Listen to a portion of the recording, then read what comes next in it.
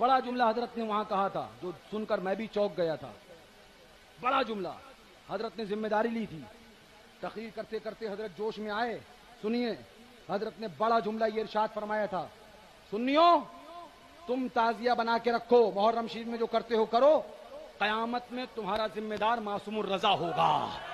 ये आज भी मुझे जुमला याद है, जब ये हजरत ने फरमाया था तो मैं चौंक के हजरत को देख रहा था कि अल्लाह वालों की क्या शान। अस्सलामु अलैकुम वरहमतुल्लाहि वबरकातुहू। उम्मीद करता हूँ आप सब लोग खैरियत से होंगे। अल्लाह पाक आपको शादो आबाद रखे। हशमती दरगाह के एक मौलवी साहब हैं जो तकरीर के दौरान एक बहुत बड़ी बात कह देते हैं। कहते हैं कि आप जो ताज़िया बनाते हैं और उस ताज़िए पे जो भी करते हैं आप, वो आप करें, बाकी जन्नत पहुंचाने की ज़िम्मेदारी हमारे पीर साहब ने ले ली है। अभी मैं कुरान भी आपको सुनाऊंगा, कुरान से इन जैसे मौलवियों का रद्द भी आपको करके सुनाऊंगा। सबसे पहले थोड़ी सी चीज़ समझने की कोशिश करें।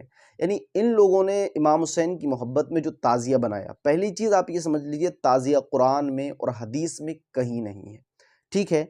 उसके अलावा ताज़िएदार, ये जितने जो ताज़िएदार हैं, ये सिर्फ मुहर्रम के महीने में 10 दिन मेंढक की तरह बरसात के निकल के आते हैं और पक्के हुसैनी बनने के दावे करते हैं, और नमाज इनकी ज़िंदगियों में नहीं है।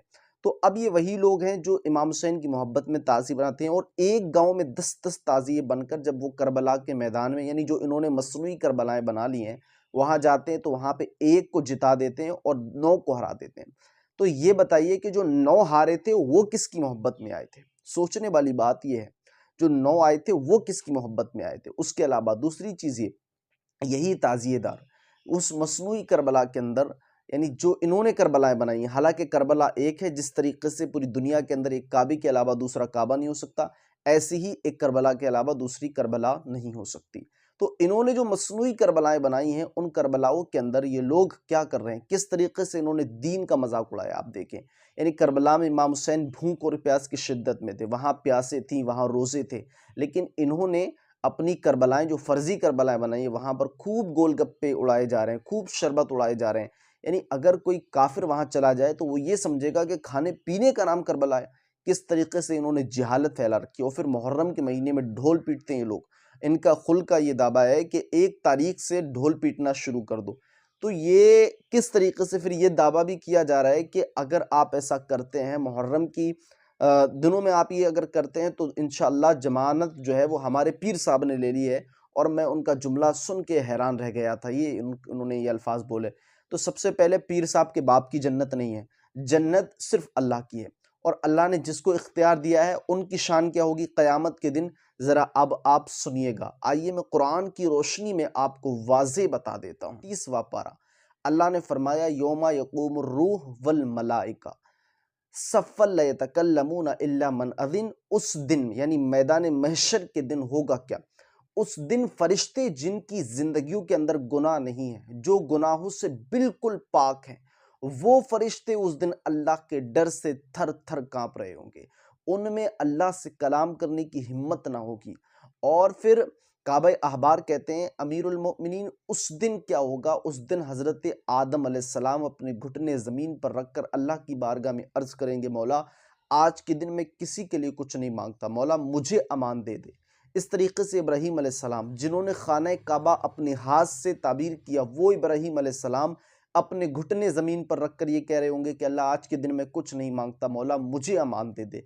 इस तरीके से गर्ज़ के अक्सर जो अंबिया इकराम की जमात है वो यही कह रही होगी।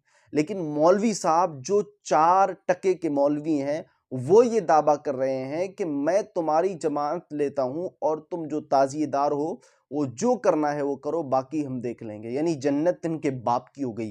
कुरान में अल्लाह ने वाज़े फरमा दिया, यौमा यक़ूम रूह वल मलाइका सफ़्फ़न ला यतकल्लमूना इल्ला मन अज़िन। उस दिन क्या होगा? उस दिन होगा ये, उस दिन अल्लाह के डर से फरिश्ते कांप रहे होंगे। गर्ज के किसी के अंदर अल्लाह से कलाम करने की हिम्मत ना होगी। लेकिन ये मौलवी एक दावा कर रहा है कि जन्नत में हम लेकर जाएंगे। अल्लाह अकबर। कब तक मेरी कौम कुरान के खिलाफ चलती रहेगी? दोस्तों, जब हज्जतुल वदा हुजूर ने आखिरी और पहला हज किया, यानी पहला और आखिरी हज किया, उस वक्त आपने जो खुतबा दिया, वहां पर यह फरमाया कि मैं तुम्हारे दरमियान 2 चीजें छोड़ के जा रहा हूं, एक कुरान, दूसरी सुन्नत। जिसने कुरान को मजबूती से पकड़ा और सुन्नत को छोड़ दिया वो भी भटक गया, जिसने सुन्नत को पकड़ा कुरान को छोड़ दिया वो भी भटक गया। तो अल्लाह ने हमें दोनों हाथ इसलिए दिए कि हम एक हाथ से कुरान को पकड़ें, एक हाथ से सुन्नत को पकड़ें। इन जैसे मौलवियों के तरीके पर ना चलें जिन्होंने दीन का तमाशा बना करके रख दिया है। मेरे भाइयों, अक्ल सलीम अल्लाह ने आपको अता की है, खुद सोचो। इनके चक्कर में पड़ने वालों, कुरान का इनकार कर रहे हैं आप, कुरान के खिलाफ जा रहे हैं आप, तो ऐसे लोगों के झांसे में ना फंसें और अपनी आखिरत ख़राब ना करें। चलिए मिलते हैं आने वाले वीडियो में, जब तक के लिए अल्लाह हाफिज़, अस्सलामु अलैकुम।